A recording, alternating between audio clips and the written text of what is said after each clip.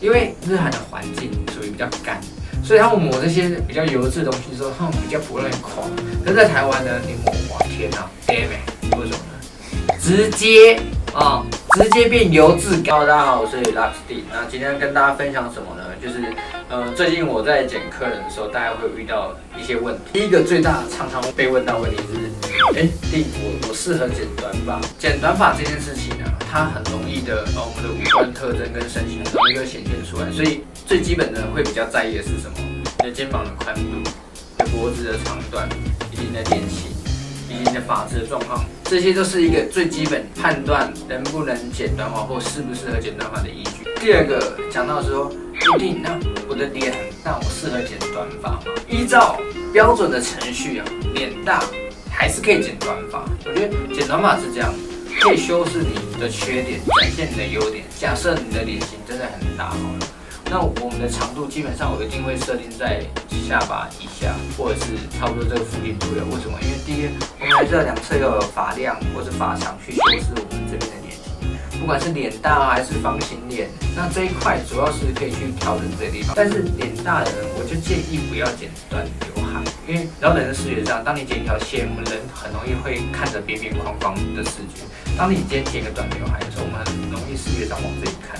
那当你往这边看的时候，很容易把你的脸放大。在看待短发的适合条件的时候，我们还是会建议留比较长的刘海。第三个就是我近期也遇到蛮多的问题，就是说自然卷可以剪短吗？老实说，我自己遇到自然卷，我真的很害怕剪短。为什么？因为自然卷有分很多种，一种就是这种很粗硬的，或是很卷的，或是它自然卷它是很塌，然后又很细毛那种自然卷。因为你很贴头皮，那我们在剪短的时候，其实它量不够去做一种堆积。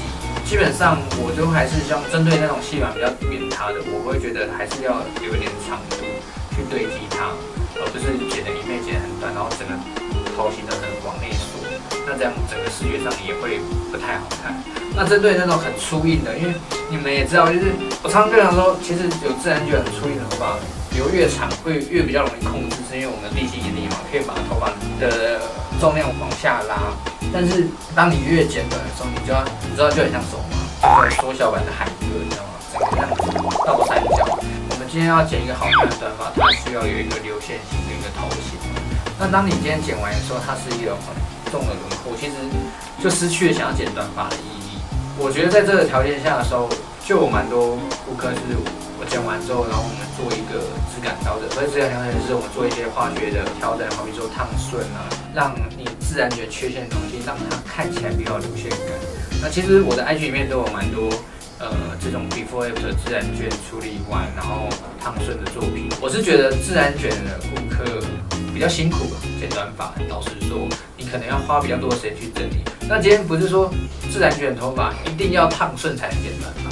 我说这没有一定，我觉得你也可以选择用离子夹或者是一个工具去让你的头发变顺。再有人说，那剪完短发的时候，我们有什么样的造型变化呢？通常如果第一次找我剪短发的顾客，我第一次的教学一定是教你们简单如何拨干头发。那第二个就是说，开始你已经有剪短发的习惯的时候，你想要做一点变化的时候，你可以抹一些发蜡，或者是搭配一些护发油去抓线条。第三个，开始使用热工具了。你可以使用平板夹，可以夹一个外翘的发型，或者是夹一个波浪的发型，或者是你可以用三管夹，或者是你可以用电棒去随性的做一些卷度的东西，然后有纹理感的发型，甚至你可以再更进阶去油头造型，或是湿感造型。最近也蛮多人拿日韩的短发给我看，日韩的发型。你们一定会觉得说，哇，怎么有那么多的空气感啊、空间感啊、线条感啊？对，没错。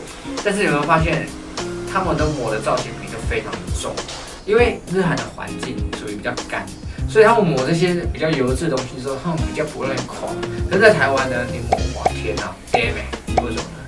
直接变油质感，人家以为你一个礼拜没洗。然后也常蛮多人问我说，那大概短发要多久修剪一次？我给大家一个参考依据，就是说，如果你有剪短刘海的话，假设你的刘海扎一点，你就可以来修了。